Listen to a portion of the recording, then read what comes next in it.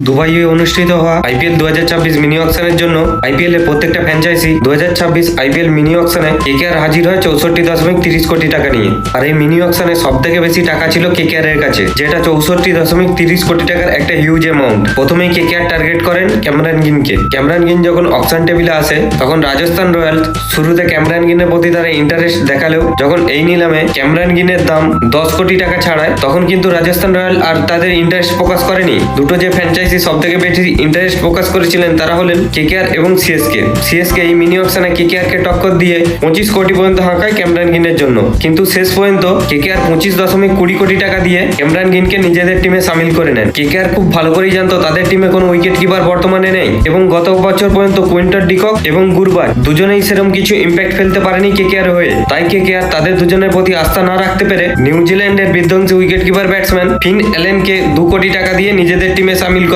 এর পাশাপাশি কেকেআর নিজেদের বোলিং ডিপার্টমেন্টটা স্ট্রং করার জন্য তারা কারেন্ট টাইমে শ্রীলঙ্কার বেস্ট বোলার মাহিসা পাথিরানাকে নিজেদের টিমে সামিল করে নেন। এর পাশাপাশি কেকেআর কিছু ইন্ডিয়ান প্লেয়ারও ভালো শপিং করেছে। 3 কোটি টাকার বিনিময়ে কেকেআর তেজস্বী সিংকে নিজেদের টিমে সামিল করান এবং কার্তিক ত্যাগী, যার এখনো ডেবিউ হয়নি, তাকে তার বেস্ট প্রাইস 30 লাখ টাকা দিয়ে কেকেআর এ সামিল করেন। এর পাশাপাশি কেকেআর রাহুল ত্রিপাঠীকে 75 লাখ টাকা দিয়ে নিজেদের টিমে সামিল করেন এবং এই অকশনে কেকেআর 2টো উইকেট কিপার নিয়েছে, একটি ফিন অ্যালেন আর একটি হলো টিম শেফার্ড। এবং টিম শেফার্ডের সঙ্গে যে চুক্তিটা হয়েছে 1.5 কোটি টাকার ডিল। এর পাশাপাশি কেকেআর বাংলাদেশি ক্রিকেটার মুস্তাফিজুর রহমানকে 9.20 কোটি টাকা দিয়ে নিজেদের টিমে সামিল করেন। বাংলাদেশি বোলার মুস্তাফিজুর রহমানকে কেকেআর কিনেছে ঠিকই, কিন্তু তিনি 2026 আইপিএল ম্যাচ পুরোটা খেলবে নাকি এটা একটা সন্দেহের বিষয়, কারণ তিনি সিএসকে হয়ে খেলার সময় সিএসকে কে মিডিল পথেই সব সময় বেশি ছেড়ে গেছেন আর সিএসকে তাকে এই বাজে বিহেভিয়ারের জন্যই কিন্তু রিলিজ করেছেন। এবং এই অকশন টেবিল থেকে সার্থক রঞ্জনকে 30 লাখ টাকার বিনিময়ে নিজেদের টিমে সামিল করেন কেকেআর।